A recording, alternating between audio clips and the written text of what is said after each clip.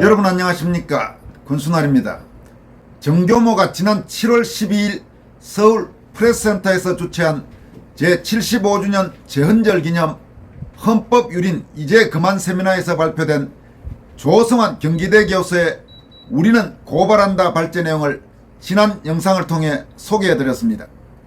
오늘은 이번 세미나의 또 다른 발제자인 원로법학자 윤진기 경남대 명예교수가 4.15 총선 선거 무효소송을 담당한 현 대법원의 반헌법적이고 말도 안 되는 재판 행태들을 상세하고 통렬히 비판한 사법부에 의한 헌법 유린 바로잡아야 한다는 주제의 발제 내용을 살펴보도록 하겠습니다.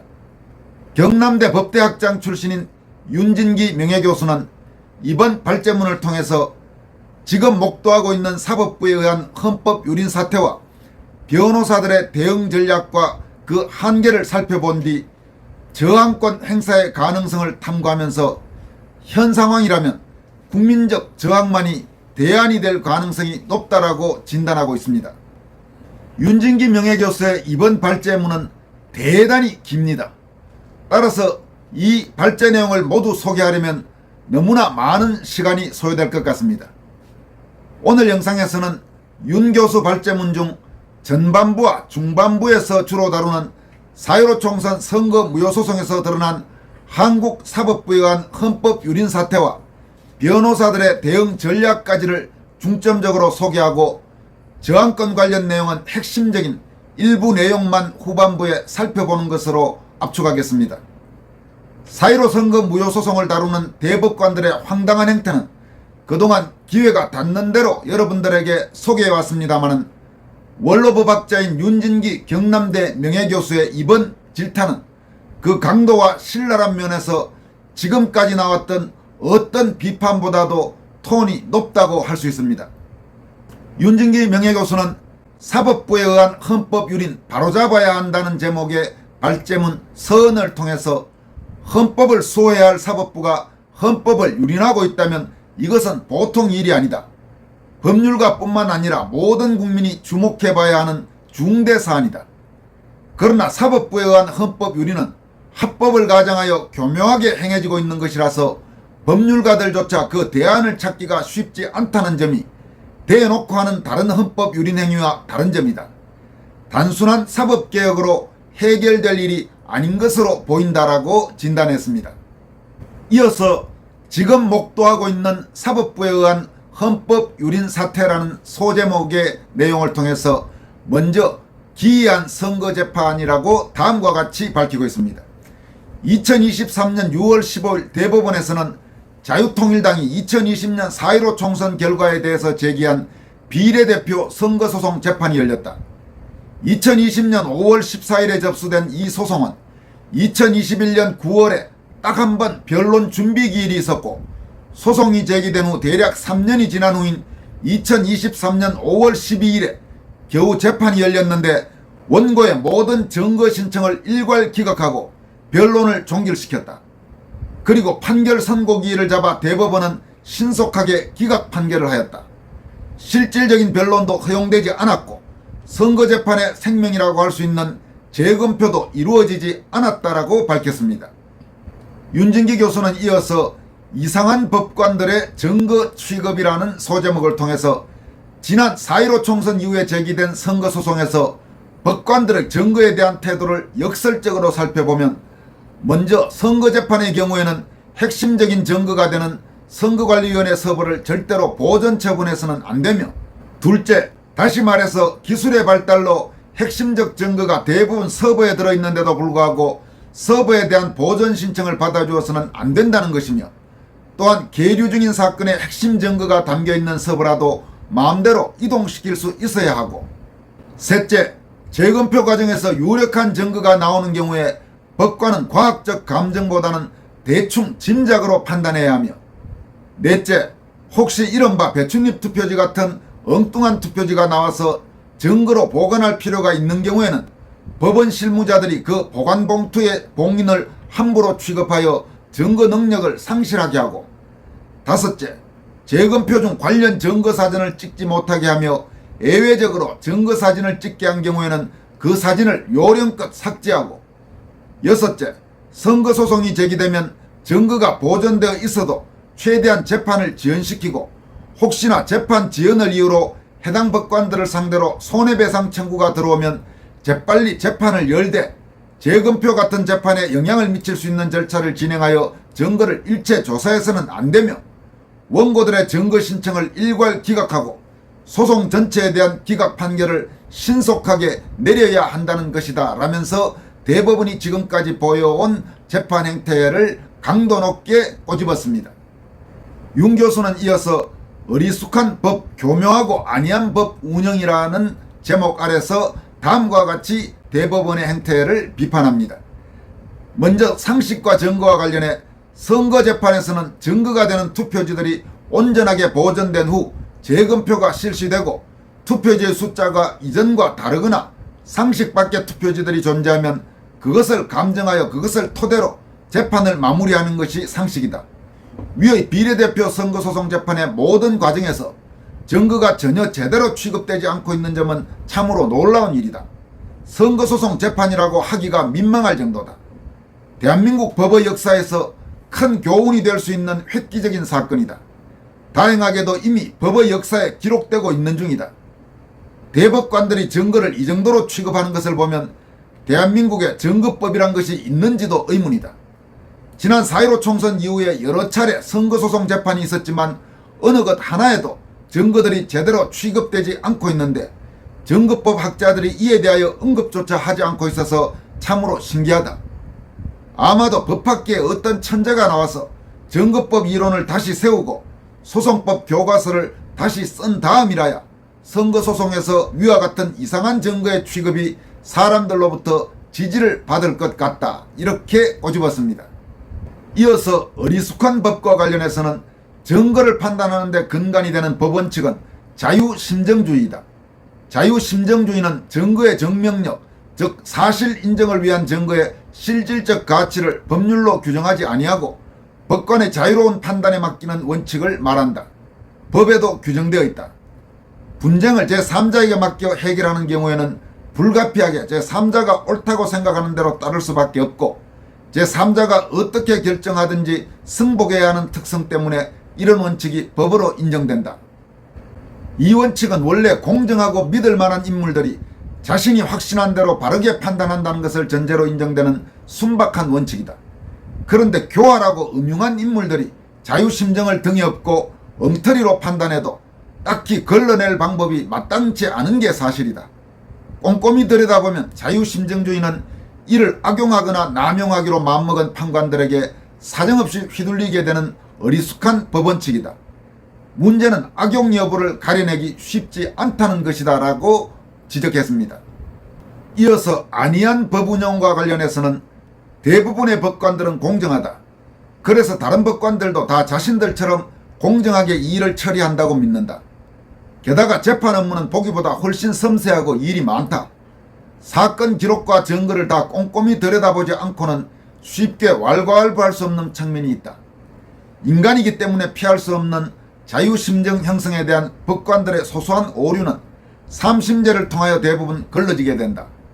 그래서 대부분의 법관들이 3심제도를 통하여 검토할 수 있는 경우를 제외하고는 다른 법관들의 법적 판단에 대하여 갑론을박하지 않는 점잖은 관행이 만들어져 있다. 이런 재판의 생태 환경은 약삭빠르고 교활한 법관들이 마음 놓고 엉터리 자유심정을 행사해도 들키지도 않게 하고, 더 나아가 법관들 스스로 악화를 구축하는 자정의 노력조차 할 수 없게 되는 측면이 있다. 매우 역설적이다. 좋은 취지의 원칙이 조직을 갉아먹게 된다. 대부분의 다른 공정한 법관들의 관용에 기생하는 것이 교활한 법관들의 자유심정주의의 남용 행위이다. 이러한 일부 법관들의 남용 행위는 결국 사법불신으로 이어져 전체 법관들이 도매금으로 매도당하게 될 것이다.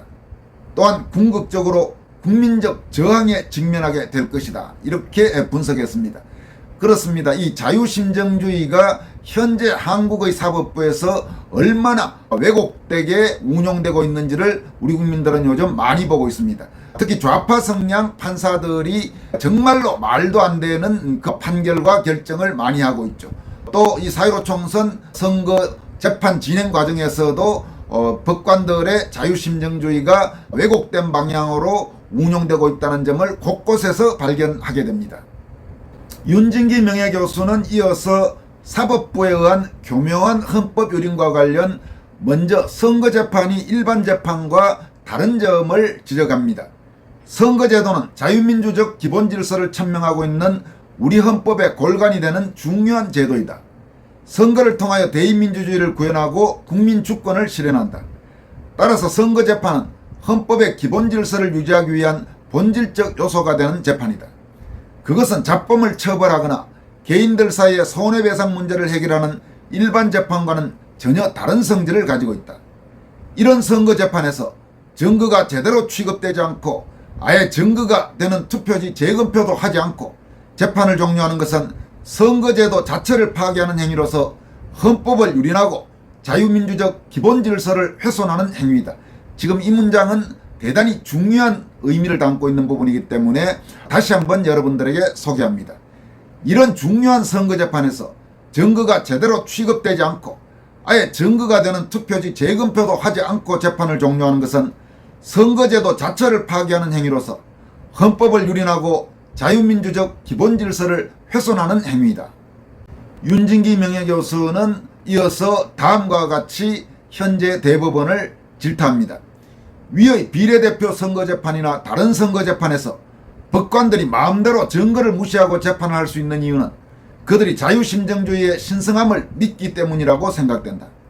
자유심정의 내용은 외부에서 시비를 걸기 어렵기 때문에 이것으로 교묘하게 헌법을 유린할 수는 있지만 자유심정주의가 법관들의 소도가 되어서는 안 된다. 이 소도라는 것은 여러분 아시겠지만 옛날에 범죄를 저지른 사람들이 도망을 가도 이 소도 안에 들어가면 처벌할 수 없는 그런 어떤 신성시된 지역을 소도라고 했죠. 지금 윤 교수가 말하는 것은 자유심정주의의 원칙이 말도 안 되는 법관들, 말도 안 되는 판사들이 저지른 그런 헌법 유린, 법률 위반 행위에 대한 도피처가 되어서는 안 된다는 이야기입니다. 계속 이어갑니다. 일반적으로 형사소송에서 자유심정주의는 법관의 심정 형성은 증거자료를 최대한 활용한 것이어야 하고 논리법칙과 경험법칙에 위배되지 않아야 한다는 내재적 한계를 가지고 있다. 민사소송에서는 사회정의와 형평의 이념에 입각하여 논리와 경험의 법칙에 따라야 하는 내재적 한계를 법에 명시하고 있다. 어느 경우이든 내재적 한계를 일탈한 자유심정도 말은 위법이라고 지칭되지만 기본적으로는 상소나 상고 이유가 될 뿐이고 그것 때문에 법관이 단죄되지는 않는다. 기본적으로 3심제도에 의하여 바로잡는다. 행정소송법과 민사소송법이 준용되는 선거소송에서도 마찬가지이다. 선거재판에서 증거가 제대로 취급되지 않고 아예 증거가 되는 투표지 재검표도 하지 않고 재판을 종료하는 것은 선거제도 자체를 파괴하는 행위로서 헌법을 유린하고 자유민주적 기본질서를 훼손하는 결과를 초래할 수 있다. 더구나 원칙적으로 단심제이다. 선거재판이 더 문제가 심각한 것은 여기서 지적한 대로 선거소송은 단심제입니다. 그러니까 3심제처럼 1심, 2심, 3심 거치면서 하급심에서의 잘못된 판단이 뒤집어지는 그런 효과를 기대할 수가 없는 겁니다. 우리가 지금 이번 선거소송에서 보는 것처럼 대법관들이 말도 안 되는 짓을 해버리면 그걸 바로잡을 사람이 아무도 없는 것이 바로 선거소송의 특징이자 한계라고 할 수 있습니다. 윤 교수의 발제문을 이어갑니다. 그래서 한 번밖에 할 수 없는 선거재판에서 핵심적인 증거인 투표지의 재검표 절차를 생략하고 재판을 종결할 법관의 권능은 어디서 나오는 것인가? 또한 이런 재판을 허용하는 것이 과연 합리적인가? 또는 선거소송에서 법관에게 지나치게 큰 재량을 부여하는 것은 아닐까 하는 의문이 드는 것이다. 본래 증거 결정은 법원의 직권에 속하는 재량 사항이지만 신청된 증거 방법이 유일한 증거인 경우에는 이를 조사해야 하는 것이고 선거소송에서는 투표지가 사실상 유일한 증거에 해당하는 것인데 대법관들은 그다지 신경을 쓰지 않고 있다. 증거 결정이 법원의 재량에 속한다고 하더라도 무한정한 재량을 행사할 수 있는 것은 아니고 그 한계를 벗어나면 재량권 남용이 될 것이고 허용되어서는 안 될 것이다. 증거 결정이 법원의 재량사항이라고 하지만 예단에 의한 증거의 조사 전 사전 배척이나 소송 경제적 이유로 증거를 배척하는 것은 법이 허용하지 않는 것이다. 비례대표 선거소송에서 재판부가 원고의 모든 증거 신청을 일괄 기각한 것을 보면 재검표 절차를 생략한 것은 대법관들의 자유심정의 결과라고 할 수 있을 것이다. 만약에 다른 이유가 있다면 대법관들은 그것에 대한 정당한 이유를 분명히 설명해야 할 것이다. 잘못된 자유심정의 행사는 위법이지만 법관이 단죄되지는 않는다. 또한 단심죄라서 어디에 호소할 수도 없다. 그 다음에 이어지는 이 자유심정의 내재적 한계와 관련된 몇 개 문단은 건너뛰고 다음 부분을 살펴보도록 하겠습니다.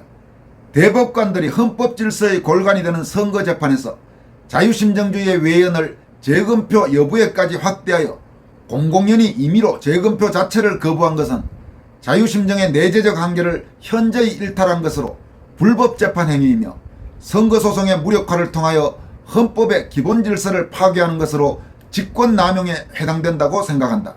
나아가 탄핵소추의 대상이 될 것이다. 지금 윤진기 명예교수는 원로 법학자입니다. 법 전문가입니다. 그런 원로 법학자인 윤진기 경남대 명예교수의 입에서 이번 선거소송을 담당한 대법관들은 헌법의 기본질서를 파괴하는 직권남용을 저질렀으면서 또한 탄핵소추의 대상이 될 수 있다는 준엄한 언급이 나왔습니다. 이 부분은 앞으로 우리가 반드시 명심해야 될 사안입니다. 이어갑니다. 평생 재판을 해온 대법관들이 선거소송에서 증거를 무력화시키면 헌법의 골간이 되는 선거제도가 무력화된다는 것을 모를 리 없고 자신들이 자유심정주의를 등에 업고 선거소송의 핵심 증거들을 모두 기각해도 시비를 걸기가 쉽지 않다는 것을 모를 리 없을 것이다. 이런 점에서 그들의 행위는 더 비난 가능성이 크다고 할 수 있다. 또 보기에 따라서는 교활하다고 볼 수도 있을 것이다. 선거소송에서 증거를 무력화시키면 헌법의 골간이 되는 선거제도가 무력화된다는 것은 특별한 지식이 아니다. 이런 상황에서 선거소송의 핵심 증거들을 모두 기각하는 행위는 논리법칙이나 경험법칙에 현저히 위배되는 것이고 나아가 법관의 심정 형성은 증거자료를 최대한 활용한 것이어야 한다는 기본적인 자유심정주의의 내재적 요청에도 현저히 반하는 것이다. 이러한 내재적 한계를 현저히 벗어난 자유심정의 행사는 자유심정의 남용으로 보아야 하고 허용된 자유심정의 내재적 한계 일탈을 처벌하지 않는 것과는 달리 직권남용으로 처벌하는 것이 마땅할 것이다. 다음에 몇 문단도 좀 생략하고 넘어가겠습니다. 왜냐하면 지금 발제문이 너무나 길기 때문에 상당 부분 압축을 하더라도 전체적으로 영상 내용이 꽤 길어질 걸로 보입니다. 모두 소개한다는 것은 영상이 지나치게 길어질 우려가 있습니다. 죄형 법정주의 아래서 새로운 금지 규정을 만드는 것은 신중해야 할 것이지만 다시 한번 이번 비례대표 선거 결과에 대하여 의문을 던져봐야 할 것이다. 선거소송에서 재검표도 없이 기각 판결이 나오는 선거재판이 앞으로도 계속 지속되어 선거의 진실이 묻히고 선거제도가 파괴되는 것을 허용해야 할 것인가? 만약에 이번 비례대표 선거재판과 같은 재판 행위를 법으로 의율할 수 없다면 대한민국은 법관에게 지나치게 자비를 베푸는 나라가 될 것이다.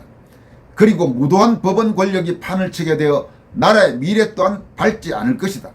그렇게 할 필요가 없다. 이렇게 목소리를 높였습니다.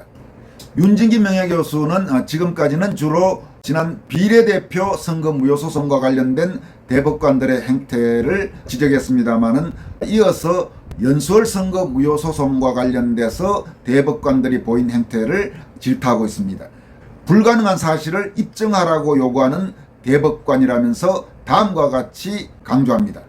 제21대 국회의원 인천 연수걸 후보자 민경욱의 선거 무효소송에서 대법원은 원고의 주장이 부정선거의 실행 주체의 존부 및 방법을 구체적으로 증명하지 못한 채 의혹을 제기하는 것에 그칠 뿐이라고 보아 원고의 청구를 기각하였다. 선거소송에서 위반된 사실이 일어난 일시, 장소, 행위의 실행 방법 등에 관한 구체적 주장과 함께 이를 뒷받침하는 증거를 원고가 제출한다는 것은 사실상 불가능하다.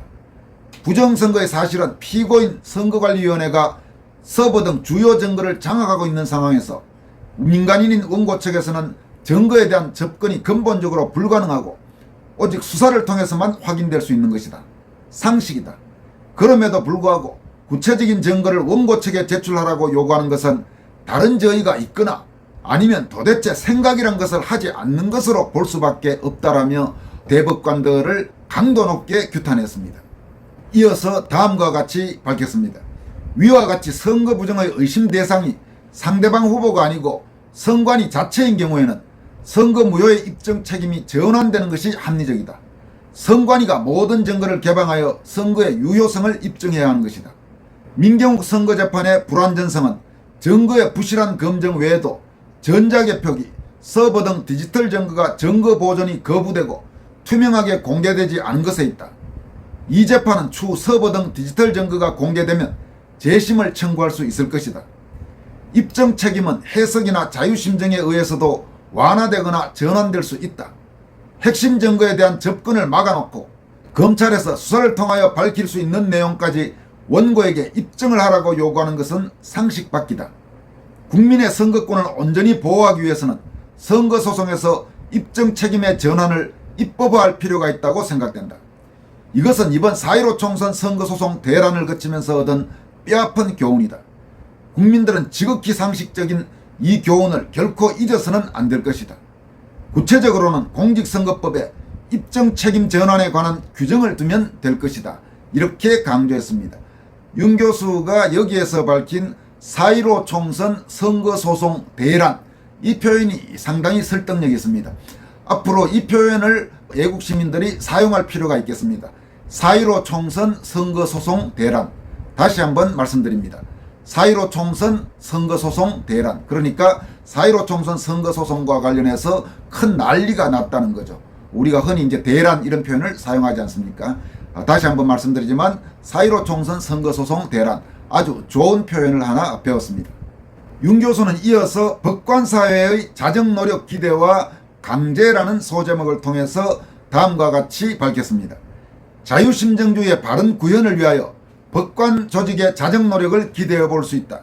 그러나 만약 법관 조직의 자정이 불가능하다면 법 왜곡죄라도 도입하여 법관들의 일탈을 방지해야 할 것이다.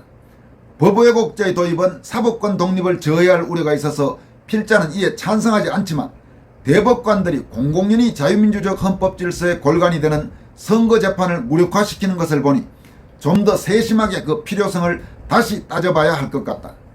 일부 대법관들의 일탈로 자유심증주의에 불필요한 제한이 가해진다면 이는 후배 법관이나 법조사회에 큰 누를 끼치는 일이다. 선거재판에서의 자유심증주의의 남용에 대한 국민들의 호소는 재판 업무의 특성에서 야기되는 통상적인 불만과는 질이 다른 것이다. 사법 불신이 세상을 뒤덮기 전에 다른 법관들도 조직에 점잖은 관행을 내세워 무관심할 것이 아니라 국민들의 호소가 무엇인지에 관심을 가져야 하고 자정의 노력도 해야 한다. 설마 대한민국의 모든 법관들이 지난 6.15 비례대표 선거소송 재판이 정상적인 재판이라고 보지는 않을 것이다 라고 지적했습니다. 이어서 자기모순적 선거재판 제도의 개선이 필요하다고 강조합니다. 이런 내용이었습니다. 법관의 자유심증 남용에 대한 유혹은 선거소송의 자기모순적 제도 구성에도 일말의 원인이 있다.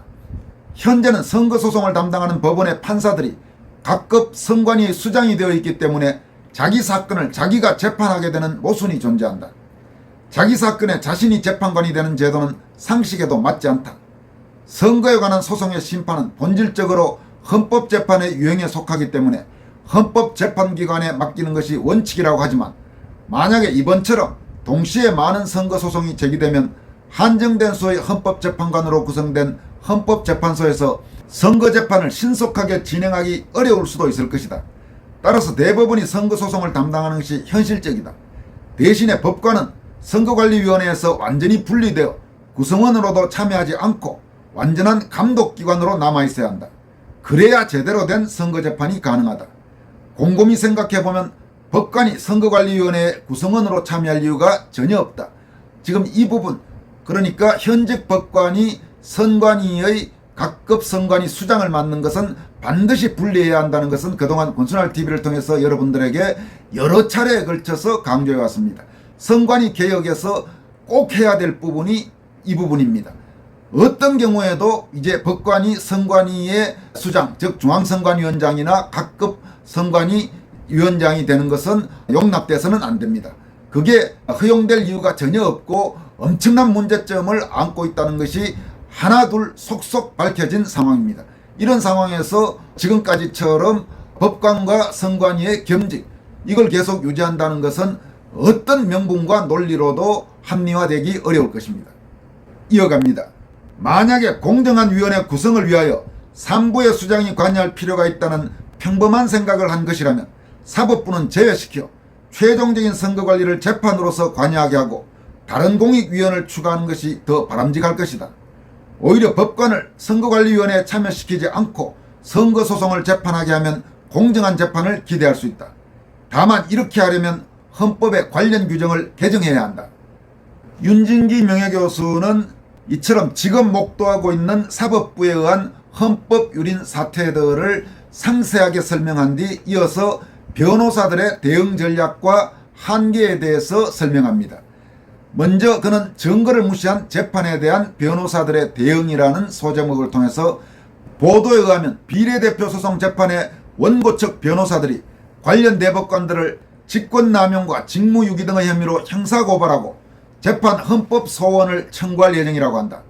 필자가 보기로는 매우 정확한 접근 방법이고 재심 청구를 제외하고는 국민이 사용할 수 있는 마지막 합법적 구제 수단이다 라면서 현실적 한계를 다음과 같이 설명하고 있습니다. 위와 같은 변호사들의 대응은 그다지 효과가 없을 것 같아 보인다. 현 상황에서는 어쩐지 그들의 진정어린 노력이 슬프고 애달파 보인다. 국민들의 성원과 지지가 필요하다.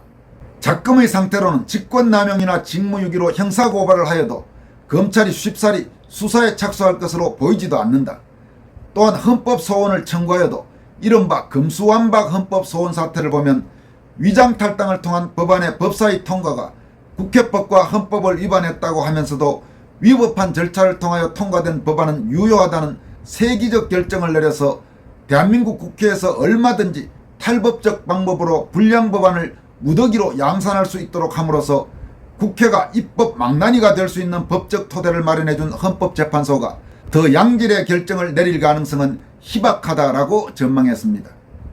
윤진기 교수는 이어서 이런 상황에서 저항권 행사의 가능성을 짚어보고 국민적 저항권만이 어쩌면 사태를 해결할 수도 있을지도 모른다, 이런 전망을 했습니다마는 이 부분도 엄청나게 긴 부분이기 때문에 오늘 방송에서는 생략하도록 하겠습니다. 다만 발제문의 마지막 부분 사법부에 거는 기대라는 부분은 여러분들에게 결론의 의미를 담아서 소개해드리도록 하겠습니다. 사법부는 법과 국민 앞에 늘 의연해야 한다. 이것이 국민이 사법부에 대해서 가지는 기대다. 그래서 법관은 바위처럼 무겁게 처신해야 하는 것이다. 법의 역사를 살펴보면 국가의 발전에 있어서 법관이 하는 일은 생각보다 훨씬 더 중요하다. 국민들은 법관들이 자부심을 가지고 일하는 환경을 만들어줘야 할 책무가 있다. 사법부는 국민들이 모든 유형의 불의로부터 보호받을 수 있는 든든한 버팀목이다. 사법부는 질곡의 역사에도 불구하고 꿋꿋하게 대한민국에서 자유민주적 기본질서를 바로 세우고 국민을 보호해왔다. 어렵고 힘든 일을 하는 사법부 구성원들의 노고에 대한 보상은 그들이 사회에서 누리는 명예이고 국민들이 보내는 신뢰이다. 필자는 대부분의 법관들이 자신의 직무에 충실하다고 믿는다. 혹시 사법부의 일부 구성원들이 자신에게 주어진 권능을 남용하여 선거제도를 무력화시켜 자유민주적 기본질서 그 자체를 침해해도 된다는 법원칙이 최종적으로 확정되는 경우에는 국민 스스로가 헌법질서를 수호하기 위해서 분연히 거리로 나가서 사법부가 가지고 있는 정의의 혼을 일깨우는 일을 마다하지 않아야 한다. 이렇게 발제를 마무리했습니다. 지금까지 꽤 긴 시간에 걸쳐서 여러분들에게 소개해드린 그나마 상당 부분은 생략하고 압축해서 소개해드린 내용은 윤진기 경남대 명예교수, 원로 법학자인 윤진기 명예교수가 정교모 주최로 열린 세미나에서 밝혔던 사법부에 의한 헌법 유린 바로잡아야 한다는 제목의 발제문이었습니다. 여기까지 하겠습니다. 여러분 고맙습니다.